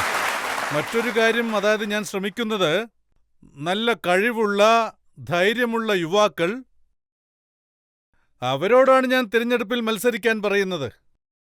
ആദ്യം നല്ല വ്യക്തിത്വം ഉണ്ടാക്കിയെടുക്കണം. സുതാര്യമായ പെരുമാറ്റം, നല്ല അച്ചടക്കം, കളങ്കമില്ലാത്ത ജീവിതം, ത്യാഗം, അപമാനം സഹിക്കാനുള്ള ശക്തി ഉണ്ടാവണം. അതുപോലെ തന്നെ സമൂഹത്തിനു വേണ്ടി വിളക്കുപോലെ ജ്വലിച്ചുകൊണ്ടേയിരിക്കണം. അത് കഴിഞ്ഞേ തിരഞ്ഞെടുപ്പിൽ മത്സരിക്കാൻ പാടുള്ളൂ. അങ്ങനെയുള്ളവർക്ക് വേണ്ടി പ്രചരണം നടത്താൻ ഞാൻ മുന്നിലുണ്ടാവും. ഒരു പാർട്ടിയും ആവശ്യമില്ല. പാർലമെന്റിനകത്ത് ആത്മാർത്ഥതയും സത്യസന്ധതയുമുള്ള ആളുകൾ നമ്മുടെ പാർലമെന്റിനകത്തേക്ക് പോകണം. നല്ല സ്വഭാവമുള്ളവർ. സർ, എന്റെ ചോദ്യം ഇതാണ്. താങ്കൾക്ക് രാഷ്ട്രീയത്തിൽ അവസരം ലഭിക്കുകയാണെങ്കിൽ അത് അംഗീകരിക്കോ അതോ താങ്കൾ നിരസിക്കോ? ഒരുപക്ഷെ താങ്കളെ പ്രധാനമന്ത്രിയാക്കണമെന്ന് പറഞ്ഞാൽ താങ്കൾ അത് അംഗീകരിക്കൂ? ഈ ചേറിനകത്തിറങ്ങി അത് എന്റെ മേൽ തെറിപ്പിക്കാൻ എനിക്ക് താല്പര്യമില്ല. അതോടൊപ്പം ഇതുപോലെ എനിക്ക് ഒരുപാട് അവസരങ്ങൾ വന്നിരുന്നു. MLA ആവാനും MP ആവാനും അങ്ങനെ ഒരുപാട് അവസരങ്ങൾ വന്നു. ഞാൻ ആ ചെളിക്കകത്തേക്ക് വരുന്നില്ല എന്ന് പറഞ്ഞു. ഇപ്പോ ചില തെറ്റായ ചോദ്യങ്ങൾ ഉയരുന്നുണ്ട്. ഒരു സാധാരണ മനുഷ്യൻ കറപ്ഷന് എതിരായിട്ട് ശബ്ദമുയർത്തണമെന്നുണ്ടെങ്കിൽ ആദ്യം തന്നെ ഇലക്ഷനിൽ ജയിച്ചുകൊണ്ട് വരണമെന്ന് പറയുന്നു. ശരിക്കും ഇതാണോ ജനാധിപത്യം? ഇത് ശരിക്കും അങ്ങനെയല്ല. ഇവിടെ ഈ കറപ്റ്റഡ് ആയിട്ടുള്ള ആളുകൾ, അങ്ങനെയുള്ള ചിലർ ഇവിടെ ഒരു തെറ്റായ ഡിബേറ്റ് തുടങ്ങിയിരിക്കുകയാണ്. കറപ്ഷനെതിരെ പ്രവർത്തിക്കണമെന്നുണ്ടെങ്കിൽ ആദ്യം ഇലക്ഷനിൽ ജയിച്ചിട്ട് വരാൻ പറയുന്നു. നമ്മുടെ ടാക്സ് ആണ്. ഞാൻ ടാക്സ് അടിക്കുന്നുണ്ട്, ഇദ്ദേഹം ടാക്സ് അടിക്കുന്നുണ്ട്, എല്ലാവരും അടിക്കുന്നുണ്ട്. നമ്മുടെ ടാക്സ് ആണ് അവർ മോഷ്ടിക്കുന്നത്. എന്നിട്ട് അവർക്കെതിരെ സംസാരിക്കണമെങ്കിൽ നമ്മൾ ഇലക്ഷനിൽ ജയിച്ചിട്ട് പോകണം അത്രേ. ഇതൊക്കെ എന്ത് ന്യായമാണ്? അതായത് ഞങ്ങൾ എതിർത്ത് സംസാരിക്കാൻ താല്പര്യപ്പെടുന്നു, അത്രേ ഉള്ളൂ. ഞങ്ങൾക്ക് തെരഞ്ഞെടുപ്പിൽ മത്സരിക്കണ്ട. ഞങ്ങൾക്ക് സാധാരണ മനുഷ്യരെ പോലെ തന്നെ കഴിഞ്ഞാൽ മതി. ഇതിലെന്താ ഇത്ര തെറ്റുള്ളത്? ഒരുപക്ഷെ ഞാൻ മിനിസ്റ്റർ ആയാൽ റൈറ്റ് ടു ഇൻഫർമേഷൻ പോലൊരു നിയമം എനിക്ക് കൊണ്ടുവരാനായി കഴിയും. ഇപ്പൊ ഞാൻ പുറത്തു നിൽക്കുന്നതുകൊണ്ട് ഇനിയും 10 വർഷം അതിനുവേണ്ടി പോരാടാൻ എനിക്ക് കഴിയും. ഏത് കാര്യം നേടാനും പോരാടാൻ ഉറച്ചു. അതിനുശേഷം പ്രസിഡന്റിന്റെ ഇന്ന് സർക്കാർ സൈൻ വാങ്ങിച്ച് ഈ നിയമം കൊണ്ടുവരേണ്ടി വന്നു അവർക്ക്. രാഷ്ട്രീയത്തിനുള്ളിലല്ലാതെ പുറത്തു നിന്നാൽ ഇതൊക്കെ ചെയ്യാൻ കഴിയും. കോൺഗ്രസ് പാർട്ടിയുടെ മീഡിയ ഇൻചാർജായ ജനാർദ്ദൻ ദീദി എന്താ പറഞ്ഞെന്ന് വെച്ചാ, ജനാധിപത്യത്തിന് അതിൻ്റെതായ ചില കീഴ്വഴക്കങ്ങളുണ്ട്. ജനവികാരം മനസ്സിലാക്കാൻ വേണ്ടി ഒരു കോൺസ്റ്റിറ്റ്യൂഷണൽ പ്രോസസ്സുണ്ട്. അത് പാർലമെന്റും നിയമസഭയും റെപ്രസെന്റ് ചെയ്യുന്നു. അതുകൊണ്ട് നിയമം ഉണ്ടാക്കുന്ന കാര്യങ്ങളിൽ പാർലമെന്റിന്റെ സുപ്രീമസിയെ ചോദ്യം ചെയ്യാൻ പാടില്ലെന്ന് പറയുന്നു. അങ്ങനെ പറഞ്ഞാൽ ഇത് ജനാധിപത്യത്തിന്റെ കഴുത്തറുക്കുന്നത് പോലെയാവും. സാറേ, നിങ്ങൾ പറയുന്നതും കറക്റ്റാ. മറ്റൊരു പ്രധാനപ്പെട്ട കാര്യം എന്തെന്നാൽ, നിങ്ങൾ പാർലമെന്ററി ഡെമോക്രസിയെക്കുറിച്ചല്ലേ പറഞ്ഞത്? അതായത് പാർലമെന്റിൽ ഈ 62 വർഷത്തിനിടെ ആരും ഒരു കാര്യത്തെക്കുറിച്ച് പൂർണ്ണമായി പാർലമെന്റിൽ ചർച്ച ചെയ്തിട്ടില്ല. അതായത് ഡൽഹി പാർലമെന്റിനേക്കാളും നിയമസഭയേക്കാളും മുകളിലായിരിക്കണം ഗ്രാമത്തിലെ ഭരണ സംവിധാനങ്ങൾ.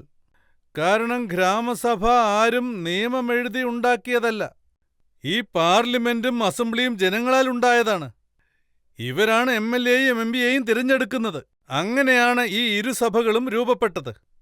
പക്ഷേ ജനങ്ങളുടെ സഭയാണ് ഏറ്റവും വലുത്. പക്ഷെ ആരും ഇതിനെക്കുറിച്ചൊന്നും പറയുന്നില്ല. ഞാൻ ചോദിക്കുന്നത് ഒരേ ഒരു കാര്യം മാത്രമാണ്. പാർലമെന്റിൽ ഒരു തെറ്റ് സംഭവിച്ചാൽ ഈ രാജ്യത്തെ ജനങ്ങൾക്ക് അതിനെതിരെ ശബ്ദിക്കാനുള്ള അധികാരം വേണമോ വേണ്ടയോ? അതേപോലെ ലോക്പാലിൽ തെറ്റ് സംഭവിച്ചാൽ അതിനെതിരെയും നമ്മൾ ശബ്ദിക്കും. ലോക്പാലിന് തെറ്റുപറ്റിയാൽ നമ്മൾ അതിനെതിരെ പ്രതികരിക്കില്ല എന്ന് നിങ്ങൾ എങ്ങനെയാ പറയുന്നത്? ഉറപ്പായും നമ്മൾ അതിനെതിരെയും പ്രതികരിക്കും. ഞാൻ എന്താണ് പറയുന്നതെന്ന് വെച്ചാൽ, പാർലമെന്റാണ് സുപ്രീം എന്നൊരു നറേറ്റീവ് ഇവിടെ സെറ്റ് ചെയ്യുന്നുണ്ട്. അത് ശരിയല്ല എന്നാണ് ഞാൻ പറയുന്നത്. അണ്ണാ സാർ, ചോദ്യങ്ങളും കുറ്റാരോപണങ്ങളും ധാരാളമുണ്ട്. അതിനു മുമ്പ് ഒരു ബ്രേക്ക് എടുക്കണം. ഇപ്പോൾ നമുക്കൊരു ബ്രേക്ക് എടുക്കാം. ബ്രേക്കിന് ശേഷം ആപ്കി അദാലത്തിൽ അണ്ണാ ഹസാരെയോടും അരവിന്ദ് കെജ്രിവാളിനോടും പല ചോദ്യങ്ങളും ചോദിക്കാനുണ്ട്. അതിനു മുമ്പ് ഒരു ചെറിയ ബ്രേക്ക് എടുത്തിട്ട് നമുക്ക് തിരിച്ചു വരാം. പക്ഷെ ഒരു കാര്യം ആലോചിക്കാം, കോൺഗ്രസ് പാർട്ടിക്കാർ രാത്രിയിൽ എഴുതി കൊടുത്താലും അറ്റ്ലീസ്റ്റ് രാവിലെ വരെയെങ്കിലും കാത്തിരിക്കണ്ടേ? അതിനുള്ളിൽ ഇത്രയ്ക്ക് ധൃതി എന്താ?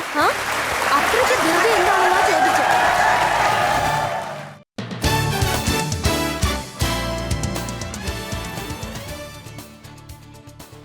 Welcome back.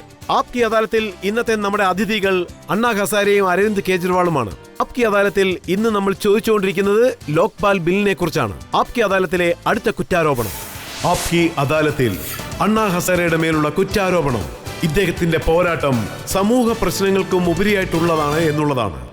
അണ്ണാ സർ, കപിൽ സിബലിന്റെ സ്റ്റേറ്റ്മെന്റ് ഞാൻ വായിച്ചിരുന്നു. അദ്ദേഹം പറയുകയാണ്, ലോക്പാൽ ഒരുപക്ഷെ വന്നാൽ പോലും എന്ത് സംഭവിക്കാൻ പോകുന്നു. കുട്ടികൾക്ക് സ്കൂളിൽ അഡ്മിഷൻ കിട്ടുമോ, പാവങ്ങൾക്ക് ഹോസ്പിറ്റലിൽ ബെഡ് കിട്ടുമോ, പിന്നെ ആഹാരം 2 നേരം കിട്ടുമോന്ന്. ഒരുപക്ഷെ കപിൽ സിബലിന് അങ്ങനെ തോന്നുന്നുണ്ടെങ്കിൽ ഡ്രാഫ്റ്റിംഗ് കമ്മിറ്റിയിലേക്ക് എന്തിനാണ് വന്നത്? ചുമ്മാ സമയം പോകാൻ വേണ്ടിയോ?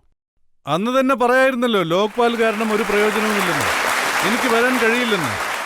ആവശ്യമില്ലാതെ എന്തിനാണ് 3 മാസം ഡിസ്കഷന് വന്നത്?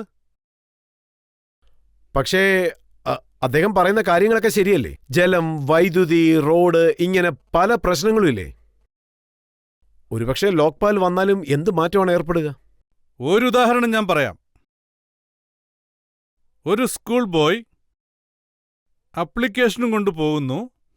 ആ അപ്ലിക്കേഷൻ ഓഫീസിൽ കൊടുക്കുന്നു. അത് കമ്പ്യൂട്ടറിൽ ഫീഡ് ചെയ്യും. അത് കഴിഞ്ഞ് ഓഫീസിൽ നിന്ന് അവന്റെ നമ്പറിലേക്ക് SMS വരും. അവന് വീട്ടിലിരുന്നു കൊണ്ട് മനസ്സിലാക്കാൻ കഴിയും അവന്റെ കാര്യം എത്ര മുന്നോട്ട് പോയെന്ന്.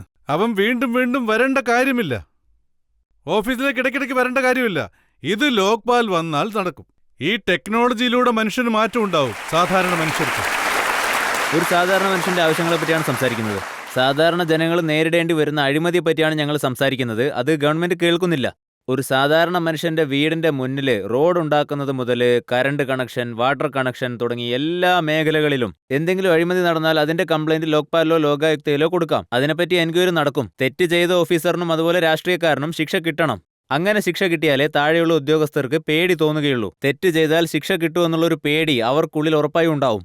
രണ്ടാമത്തെ ഒരു കാര്യം എന്താണെന്ന് വെച്ചാൽ, ഒരുപക്ഷെ നിങ്ങളോട് കൈക്കൂലി ചോദിച്ചാൽ, ഒരുപക്ഷെ നിങ്ങൾ റേഷൻ കാർഡോ അല്ലെങ്കിൽ പാസ്പോർട്ടോ അപ്ലൈ ചെയ്യാൻ പോവുകയാണ് എന്നുണ്ടെങ്കിൽ നിങ്ങളോട് കൈക്കൂലി ചോദിക്കും. എന്നാൽ അതിന് സാക്ഷി ഉണ്ടാവേണ്ടത് അത്യാവശ്യമാണ്. സാക്ഷി ഇല്ലെങ്കിൽ ഈ എൻക്വയറി നടക്കില്ല. നമ്മുടെ കൂടെ അങ്ങനെ ഒരു സാക്ഷിയോ തെളിവോ ഉണ്ടാവാൻ സാധ്യതയില്ല. അതുകൊണ്ട് തന്നെ ഇതിൽ നമ്മളൊരു പ്രൊവിഷൻ കൊണ്ടുവന്നിട്ടുണ്ട്. ഓരോ ഡിപ്പാർട്ട്മെന്റും ഒരു സിറ്റിസൺ ചാർട്ടർ പുറത്തിറക്കണം. അതിൽ ഏത് ഓഫീസർ എത്ര നാളിനുള്ളിൽ ജോലി തീർക്കണം എന്ന് എഴുതിയിട്ടുണ്ടാവും. ഒരുപക്ഷെ ആ പറഞ്ഞ സമയത്തിനുള്ളിൽ അയാൾ ആ ജോലി തീർത്തില്ലെങ്കിൽ ലോക്പാലിന് കംപ്ലൈന്റ് കൊടുക്കാം. അയാളുടെ സാലറി അന്ന് മുതൽ കട്ടാവും.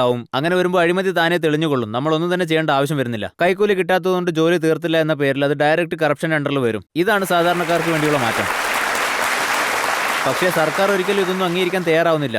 ഒരുപക്ഷെ ലോക്പാൽ ബിൽ താങ്കൾ ഇഷ്ടപ്പെടുന്ന രീതിയിൽ ഉണ്ടായാൽ, താങ്കൾ ഇഷ്ടപ്പെടുന്ന രീതിയിൽ ഒരു കമ്മിറ്റി ഉണ്ടായാൽ ഈ രാജ്യത്ത് നിന്നും അഴിമതി പൂർണ്ണമായും തുടച്ചു നീക്കപ്പെടുമോ?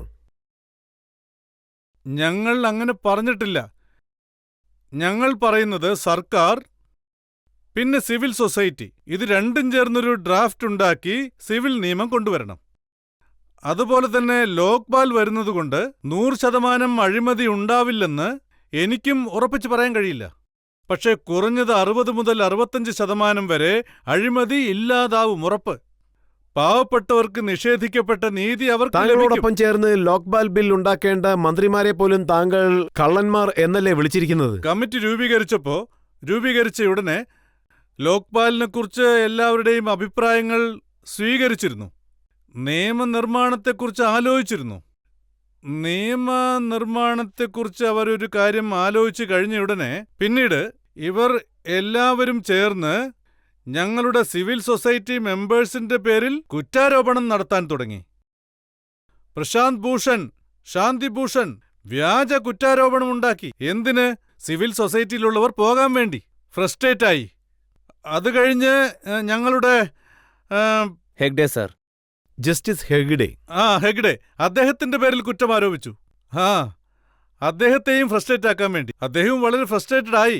എനിക്ക് ഇതൊന്നും വയ്യ, ഞാൻ പോകുന്നു എന്ന് പറഞ്ഞു. ഞാൻ പറഞ്ഞു അങ്ങനെ ഒരിക്കലും ചെയ്യരുത്. എന്തിനു പോകണം? ഞാൻ പറഞ്ഞു അദ്ദേഹത്തോട് ഇങ്ങനെയൊക്കെ സംഭവിക്കും. അന്ന് ഞാൻ പറഞ്ഞതാണ്, ഏതു മരത്തിലാണോ പഴമുള്ളത് ആ മരത്തെ നോക്കി അവർ കല്ലെറിയും. പഴമില്ലാത്ത മരത്തിലേക്ക് ആരാണ് കല്ലെറിയുക? അദ്ദേഹത്തിന് മനസ്സിലായി, ഹെഗ്ഡെക്ക്. പിന്നീട് കെജ്രിവാളും എന്റെ മേൽ കുറ്റം ആരോപിക്കാനായി തുടങ്ങി. ഇദ്ദേഹത്തിന്റെ പ്രോപ്പർട്ടി ഇൻവെസ്റ്റിഗേഷൻ ചെയ്യണമെന്ന് ഒരുപാട് ഓഫീസേഴ്സിനെ പറഞ്ഞയച്ചു, എൻക്വയറി നടത്താൻ വേണ്ടി. എന്റെ ഗ്രാമത്തിലേക്ക് പോയി എന്റെ പ്രോപ്പർട്ടി എവിടേക്കുണ്ടെന്ന് നോക്കാൻ. ജീവിതത്തിൽ ഒരു സ്വത്തും സമ്പാദിക്കാത്ത എന്റെ പക്കൽ നിന്ന് നിങ്ങൾക്ക് എന്ത് കിട്ടാനാണ്? ഞാൻ എന്തുകൊണ്ടാണ് അങ്ങനെ പറഞ്ഞത്? കാരണം അന്ന് അവരുടെ നടപടിക്രമങ്ങൾ അങ്ങനെയായിരുന്നു. അതുകൊണ്ടാണ് കബളിപ്പിക്കൽ പ്രസ്ഥാനമാണെന്ന് ഞാൻ പറഞ്ഞത്. ഇന്നത്തെ ന്യൂസ് പേപ്പറിൽ വന്നിരിക്കുന്നത് താങ്കളുടെ ട്രസ്റ്റിനെ കുറിച്ച് ഇൻകം ടാക്സ് ഡിപ്പാർട്ട്മെന്റ് അന്വേഷിക്കുന്നു. ഞാൻ അതിന് തയ്യാറാണ്. എനിക്ക് ഇതൊന്നും ആദ്യത്തെ ഒരു ഇൻവെസ്റ്റിഗേഷൻ അല്ല. ഞങ്ങളുടെ പോരാട്ടത്തിലൂടെ മഹാരാഷ്ട്രയിൽ 2 സർക്കാർ വീണതാണ്. 2 സർക്കാർ വീണു. പിന്നീട് എന്താണ് സംഭവിച്ചത്? 6 മന്ത്രിമാർ പോയി, 4 ഓഫീസർമാർക്കെതിരെ നടപടിയുണ്ടായി. പിന്നീട് എന്റെ നേർക്ക് എൻക്വയറി തുടങ്ങി. ആ എൻക്വയറി നടക്കുന്ന സമയത്ത് അപ്പോൾ ബാൽ താക്കറെ ആയിരുന്നു. അന്ന് അദ്ദേഹം പറഞ്ഞു, അണ്ണയുടെ പ്രോപ്പർട്ടി ചെക്ക് ചെയ്യണമെന്ന്. ചെയ്തോളൂ, അതുപോലെ നിങ്ങളുടെയും ചെക്ക് ചെയ്യൂ. എവിടുന്ന് വന്നു ഇത്രയും പണം? എന്നിട്ടും എനിക്കെതിരെ ഇൻവെസ്റ്റിഗേഷൻ ഉണ്ടായി. ഇൻവെസ്റ്റിഗേഷൻ നടന്നിട്ട് ഒന്നും കിട്ടിയില്ല. അവസാനം ചീഫ് മിനിസ്റ്റർക്ക് എഴുതി കൊടുക്കേണ്ട അവസ്ഥയുണ്ടായി. എഴുതി തരേണ്ടി വന്നു, അണ്ണയുടെ വീട്ടിൽ നിന്നൊന്നും കിട്ടിയില്ലെന്ന്. ഇതിപ്പോ ആദ്യത്തെ തവണയൊന്നുമല്ല, നേരത്തെ പലതവണ നടന്നിട്ടുണ്ടിത്. കയ്യിലൊന്നുമില്ലാത്തവന്റെ അടുത്തുനിന്ന് എന്ത് കിട്ടാനാണ്? അണ്ണാ സാറ് പറഞ്ഞതുപോലെ ലോക്പാൽ ബില്ല് കൊണ്ടുവന്നില്ല എങ്കിൽ ആഗസ്റ്റ് 16 മുതൽ വീണ്ടും നിരാഹാരയിരിക്കുന്ന പറയുന്നത്. ഗവൺമെന്റിന്റെ ഇടപെടലുകളൊക്കെ നമ്മളും പലതവണ കണ്ടതാണ്. അതായത് ഈ സമരം ചെയ്യുന്നവരെയൊക്കെ എങ്ങനെയാണ് നേരിടുക എന്ന്. സമൂഹത്തിനും രാജ്യത്തിനും നല്ലത് നടക്കണമെങ്കിൽ നമ്മൾ അതിന് തയ്യാറാണല്ലോ. ഭയപ്പെടാൻ എന്തിരിക്കുന്നു? അല്ല, ഈ കാര്യത്തിൽ എനിക്കെന്താ തോന്നുന്നതെന്ന് വെച്ചാൽ, ബാബ രാംദേവിന് രാംലീല മൈതാനത്തിൽ അന്ന് രാത്രി നടന്ന ആ ഒരു സംഭവത്തിന് ശേഷം അവിടെ അക്രമ സംഭവങ്ങളൊന്നുമില്ലാതെ സമാധാനപരമായിട്ട് എല്ലാവരും സമരം ചെയ്യുകയായിരുന്നു. ആ സംഭവത്തിന് ശേഷം ഗവൺമെന്റിന് ഒരു ധൈര്യം കിട്ടിയതുപോലെ ഉണ്ടായിരുന്നു. ആരെങ്കിലും സമരം ചെയ്ത അവരെയൊക്കെ അടിച്ചമർത്തണമെന്ന് ചിന്തിക്കുകയാണ്. അതുകൊണ്ട് ഇപ്പോൾ ഏറ്റവും പ്രധാനപ്പെട്ട ഒരു കാര്യം എന്താണെന്ന് വെച്ചാൽ, യുവാക്കൾ മുന്നോട്ട് വരണം. അവർ സമാധാനപൂർണമായി ഒരു അക്രമവും നടത്താതെ തന്നെ ധൈര്യത്തോടെ മുന്നോട്ട് വന്ന്, ഒരുപക്ഷെ അവർക്ക് ലാത്തിച്ചാർജ് നേരിടേണ്ടി വന്നാലും രക്തമൊഴുകിയാൽ പോലും തിരിച്ച് പ്രതികരിക്കാൻ പാടുള്ളതല്ല. ഒരുപക്ഷെ ബാബ രാംദേവ് സമരം നിർത്താൻ തയ്യാറല്ല എന്ന് എഴുതി കൊടുത്തിരുന്നുവെങ്കിൽ അന്ന് ഗവൺമെന്റ് അങ്ങനെ ചെയ്യില്ലായിരുന്നു. അതിന് ഗവൺമെന്റ് മാത്രമല്ല കാരണം, ബാബ രാംദേവ് അന്ന് നടന്ന സംഭവത്തിന് കാരണം. അല്ല, നമ്മൾ അതിലേക്ക് പോകേണ്ടതില്ല. നമ്മളിപ്പോ അതിലേക്ക് കടക്കേണ്ടതില്ലെന്നാണ് എനിക്ക് തോന്നുന്നത്. നിൽക്കൂ, ഒരു മിനിറ്റ്. താങ്കളുടെ അടുത്തുള്ള ആൾ എന്തോ പറയാൻ ശ്രമിക്കുകയാണ്. ഞാൻ സാധാരണ ഒരു ഹൗസ് വൈഫാ. ഞാൻ രാഷ്ട്രീയത്തിലൊന്നും ഇല്ല. എനിക്കൊരു കാര്യം മനസ്സിലാവുന്നില്ല. കോൺഗ്രസ് പാർട്ടിക്കാർ രാത്രിയിൽ എഴുതി തന്നിരുന്നാലും കുറഞ്ഞ പക്ഷം രാവിലെ വരെയെങ്കിലും കാത്തിരിക്കണമല്ലോ. അതല്ലേ ന്യായം? അതിനുള്ളിൽ എന്താ ഇത്ര ധൃതി?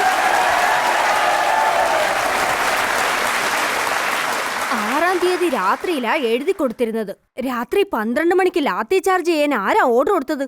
എനിക്കതാ മനസ്സിലാവാത്ത. ഉറങ്ങിക്കിടക്കുന്നവരെ എന്തിനാ ആക്രമിച്ചേ? ബ്രിട്ടീഷുകാരുടെ കാലമൊക്കെ എനിക്കും അറിയാം. എനിക്കിപ്പോ 75 വയസ്സായി. സ്വാതന്ത്ര്യ സമരമൊക്കെ ഞാനും കണ്ടിട്ടുള്ളതാ. അതിൽ ഞാനും ഉണ്ടായിരുന്നു, എന്റെ അച്ഛനും ഉണ്ടായിരുന്നു, കുടുംബത്തിലുള്ളവരെല്ലാം ഉണ്ടായിരുന്നു. പക്ഷെ ബ്രിട്ടീഷുകാർ പോലും ഉറങ്ങുന്നവരുടെ മേത്ത് ലാത്തിച്ചാർജ് നടത്തിയിട്ടില്ല. കഴിഞ്ഞ 62 വർഷമായിട്ട് കോൺഗ്രസ് പാർട്ടി എന്താ നേടിയെടുത്തത്? അത് ശരിയാ, ഞാനും അന്ന് സ്റ്റേറ്റ്മെന്റ് കൊടുത്തിരുന്നു. രാത്രി സമയത്ത് ഉറങ്ങുന്നവരുടെ മേൽ, ഉറങ്ങിക്കൊണ്ടിരുന്ന സ്ത്രീകൾക്കും കുട്ടികൾക്കുമെതിരെ ലാത്തിച്ചാർജ് നടത്തുന്നത് ജനാധിപത്യത്തിന്റെ കഴുത്തറുക്കുന്നത് പോലെയാണ്.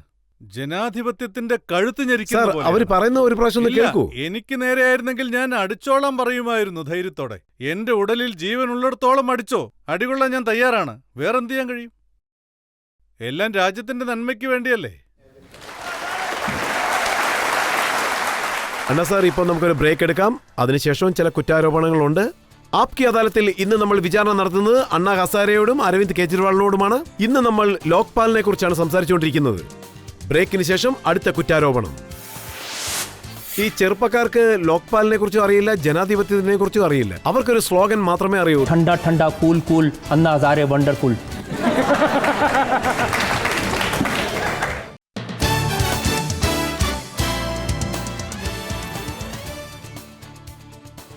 Welcome back. ആപ്കി അദാലത്തിൽ ഇന്നത്തെ നമ്മുടെ അതിഥികൾ അണ്ണാ ഹസാരെയും അരവിന്ദ് കെജ്രിവാളുമാണ്. ആപ്കി അദാലത്തിലെ അടുത്ത കുറ്റാരോപണം. ആപ്കി അദാലത്തിൽ അണ്ണാ ഹസാരെയുടെ മേലുള്ള കുറ്റാരോപണം ഇദ്ദേഹം മറ്റൊരാളുടെ പ്രേരണയാൽ പ്രവർത്തിക്കുന്നു എന്നുള്ളതാണ്. അണ്ണാ സാർ, ചിലർ പറയുന്നത് എന്താണെന്ന് വെച്ചാൽ താങ്കൾ ഒറ്റയ്ക്ക് നിരാഹാരം ഇരിക്കാറില്ലെന്ന്. ആരോ താങ്കളെ പ്രേരിപ്പിക്കുകയാണ്, ആരോ താങ്കളെ ഇൻഫ്ലുവൻസ് ചെയ്യുകയാണ് സർക്കാരിനെതിരായിട്ട് പ്രവർത്തിക്കാൻ വേണ്ടി. പൂർണ്ണമായും തെറ്റാണ്. എന്റെ ഈ രോമം വെയിലുകൊണ്ട് വെള്ളയായതല്ല, അനുഭവത്തിലൂടെ വെള്ളയായതാണ്. ഇതൊരിക്കലും എനിക്ക് ഒരു പുതിയ പോരാട്ടമൊന്നുമല്ല. ഇതുപോലെ ഞാൻ എന്റെ ജീവിതത്തിൽ 10-15 നിരാഹാര സത്യാഗ്രഹം നടത്തിയിട്ടുണ്ട്. സമൂഹത്തിന്റെ നന്മയ്ക്ക് വേണ്ടി 13 ദിവസം ഞാൻ നിരാഹാരം ഇരുന്നിട്ടുണ്ട്. ഈ രാജ്യത്തിന്റെ നന്മയ്ക്ക്. അതായത് ദിഗ്വിജയ് സിംഗ് പറഞ്ഞ സ്റ്റേറ്റ്മെന്റ് എന്താണെന്ന് വെച്ചാൽ ഈ പ്രക്ഷോഭങ്ങളെല്ലാം RSS ആണ് റിമോട്ട് കൺട്രോളിൽ നടത്തുന്നത് എന്ന്. ഇത് തമാശയായ ഒരു കാര്യമാണ്. ഞാൻ എൻ്റെ ജീവിതത്തിൽ ഇതുവരെ ഒരു പാർട്ടിയെയും ഇതുവരെ അനുകൂലിച്ചിട്ടില്ല. അദ്ദേഹം പറയുന്ന ഈ RSS, BJP ഇതൊന്നും ശരിയല്ല, ഒരിക്കലുമില്ല. അങ്ങനെ ഒരു ആരോപണം ഉണ്ടായി. ഇതുകൊണ്ടാണ് ഞാൻ സോണിയാജിക്ക് ഒരു കത്തെഴുതിയത്. പറഞ്ഞു വന്നാൽ, ഇത്രയും വലിയ പദവിയിലിരിക്കുന്നവർ ഇങ്ങനെ സംസാരിക്കുകയാണെങ്കിൽ അവരെയൊക്കെ നമ്മൾ എത്രമാത്രം ബഹുമാനിക്കുന്നതാണ്. അത്ര വലിയ പദവിയിലിരിക്കുന്നവർ കള്ളം പറയുകയാണെങ്കിൽ ഈ രാജ്യത്തിന്റെ ഭാവി എന്തായിത്തീരും? കള്ളം പറയുകയാണ്.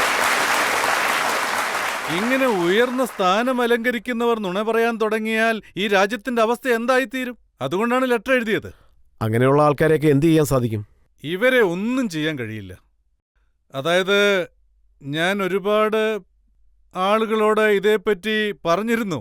ഇങ്ങനെ കള്ളം പറയുന്നവരുടെ തലയ്ക്കെന്തോ കുഴപ്പമുണ്ട്, അവരെ ഹോസ്പിറ്റലിലേക്ക് കൊണ്ടുപോകാൻ. അതായത് മെന്റൽ ഹോസ്പിറ്റലിലേക്ക്. ഇതല്ലാതെ വേറെന്ത് പറയാനാണ്? അണ്ണാ സാർ, താങ്കൾ സോണിയാഗാന്ധിയുടെ പേര് പറഞ്ഞു, അവർക്ക് ലെറ്റർ എഴുതിയിട്ടുണ്ട്. ഇതിനു മുൻപും താങ്കൾ എഴുതിയിട്ടുണ്ട്. അവർ താങ്കളുടെ മൂവ്മെന്റിനും ലോക്പാലിനും സപ്പോർട്ടല്ലേ ചെയ്തിരിക്കുന്നത്? സോണിയാഗാന്ധി പറഞ്ഞതുകൊണ്ടാണ് ഈ കമ്മിറ്റി തന്നെ ഉണ്ടായത് എന്നാണ് ഞങ്ങൾ അറിഞ്ഞത്. അതാണ് എനിക്കൊരു വിശ്വാസമുണ്ടായിരുന്നത്. സോണിയാഗാന്ധിയും കൂടാതെ മൻമോഹൻ സിംഗും ഞങ്ങൾ ലോക്പാൽ ബിൽ പാസ്സാക്കുമെന്ന് പറഞ്ഞിരുന്നു. പക്ഷേ അതിനിടയ്ക്ക് എന്താണ് സംഭവിച്ചതെന്ന് എനിക്കറിയില്ല. എല്ലാം മാറിപ്പോയി. അങ്ങനെ എന്താണ് സംഭവിച്ചതെന്ന് എനിക്കറിയില്ല. അങ്ങനെ എന്ത് മായയാണോ സംഭവിച്ചത്?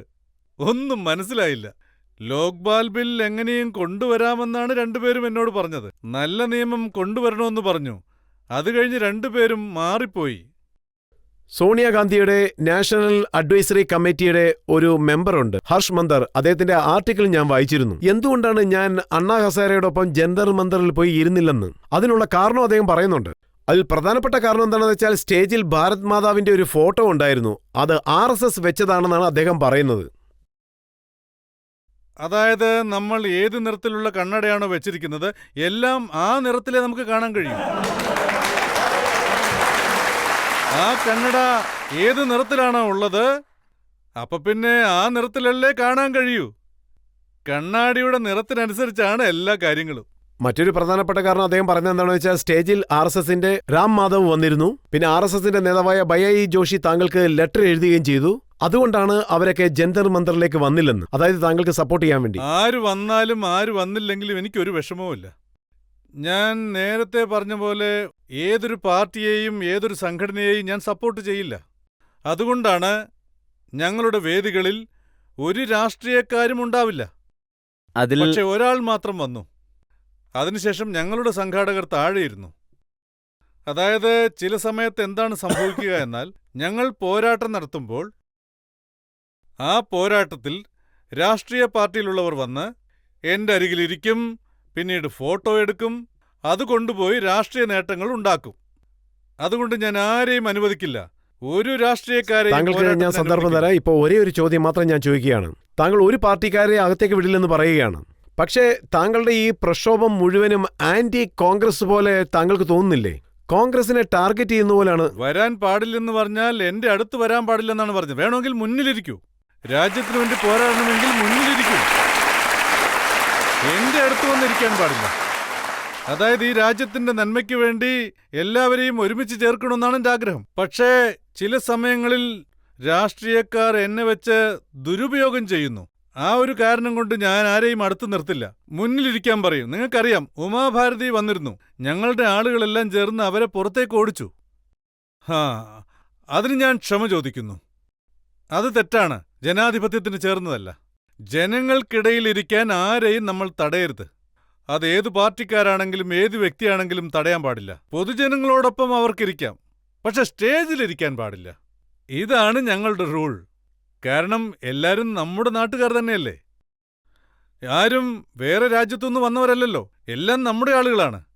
ഒരേ അഭിപ്രായമുള്ളവർ പിന്തുണ നൽകണമെന്ന് ആഗ്രഹിച്ചാൽ പൊതുജനങ്ങളോടൊപ്പം ഇരുന്ന് അവർക്ക് പിന്തുണ നൽകാം. അതിനൊരു കുഴപ്പമില്ല.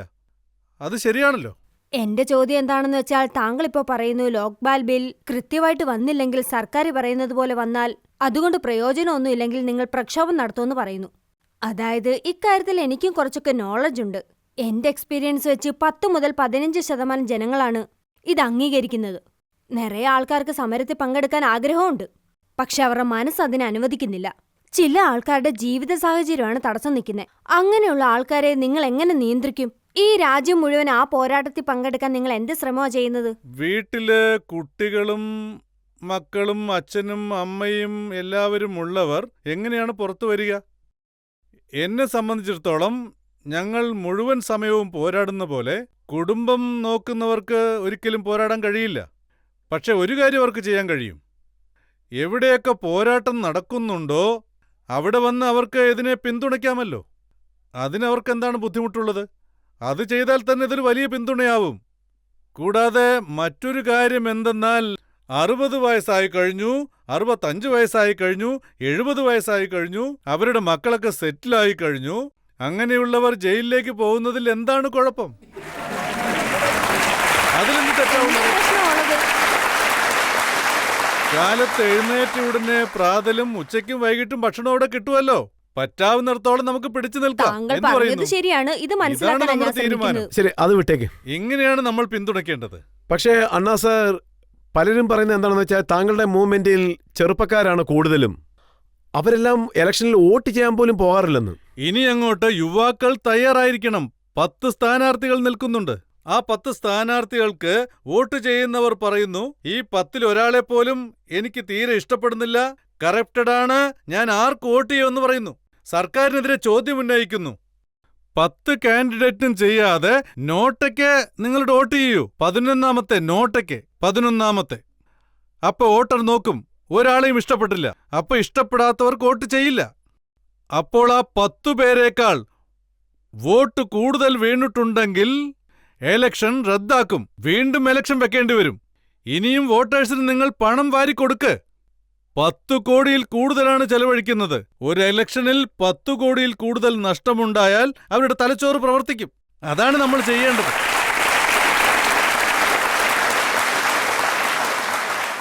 പക്ഷെ ഞാൻ ധാരാളം കേട്ടിട്ടുണ്ട്, ജനതർ മന്ദിറിലും രാജ്ഘട്ടിലും താങ്കളുടെ സമരത്തിന് സപ്പോർട്ടായിട്ട് വന്ന യുവാക്കൾക്ക് അവർക്ക് ലോക്പാൽ എന്താണെന്ന് അറിയില്ലെന്നും ജനാധിപത്യം എന്താണെന്ന് അറിയില്ലെന്നും പറയുന്നു. അവർക്ക് ഒരു സ്ലോഗൻ മാത്രമേ അറിയാവൂ, ठंडा ठंडा cool cool Anna Hazare wonderful.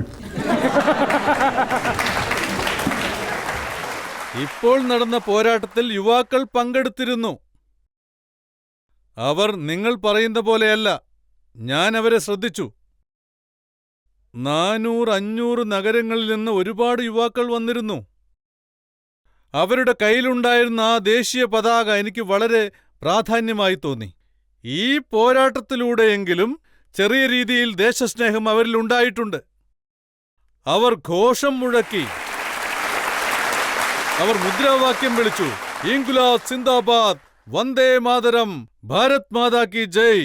സ്വാതന്ത്ര്യം കിട്ടി 62 വർഷം കഴിഞ്ഞ് യുവാക്കളുടെ മനസ്സിൽ ഈ ദേശസ്നേഹം കണ്ട് ഞാൻ വളരെയേറെ സന്തോഷിച്ചു. യുവാക്കൾക്ക് മാത്രമേ ഈ രാജ്യത്തെ നേരെ നയിക്കാൻ കഴിയൂ.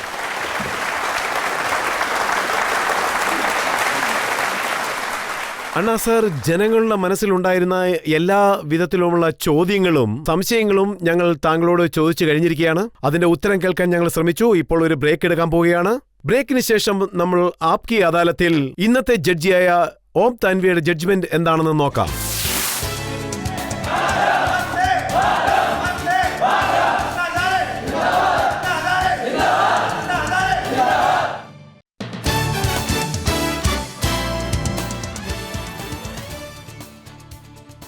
Welcome back. ആപ്കി അദാലത്തിൽ ഇന്ന് നമ്മൾ അണ്ണാ ഹസാരെയോടും അരവിന്ദ് കെജ്രിവാളിനോടും ചോദ്യങ്ങൾ ചോദിച്ചു. പിന്നെ നമ്മൾ ലോക്പാൽ ബില്ലിനെ കുറിച്ചുള്ള എല്ലാ കാര്യങ്ങളും അറിയാൻ ശ്രമിച്ചു.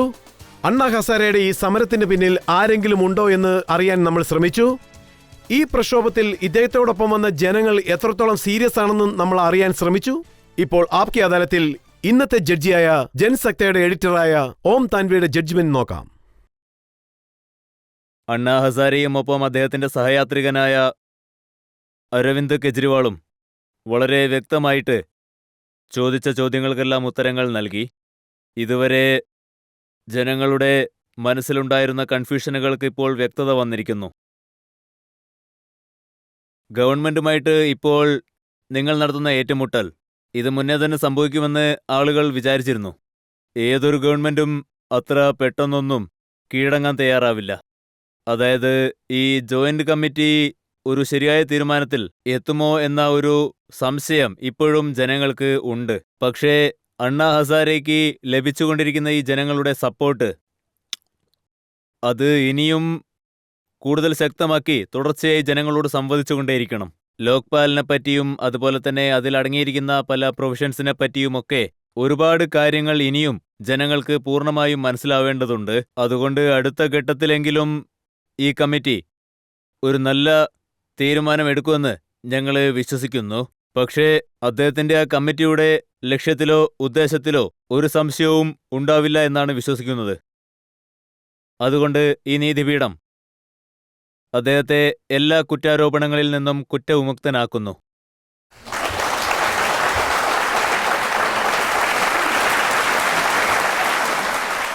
അണ്ണാ സാർ, താങ്കൾക്ക് എന്തെങ്കിലും പറയാനുണ്ടോ? എന്റെ അഭ്യർത്ഥന എന്തെന്നാൽ, യുവാക്കളോട് പറയുകയാണ്, നമ്മൾ രണ്ടാം സ്വാതന്ത്ര്യ സമരത്തിൽ ഏർപ്പെട്ടിരിക്കുകയാണ്.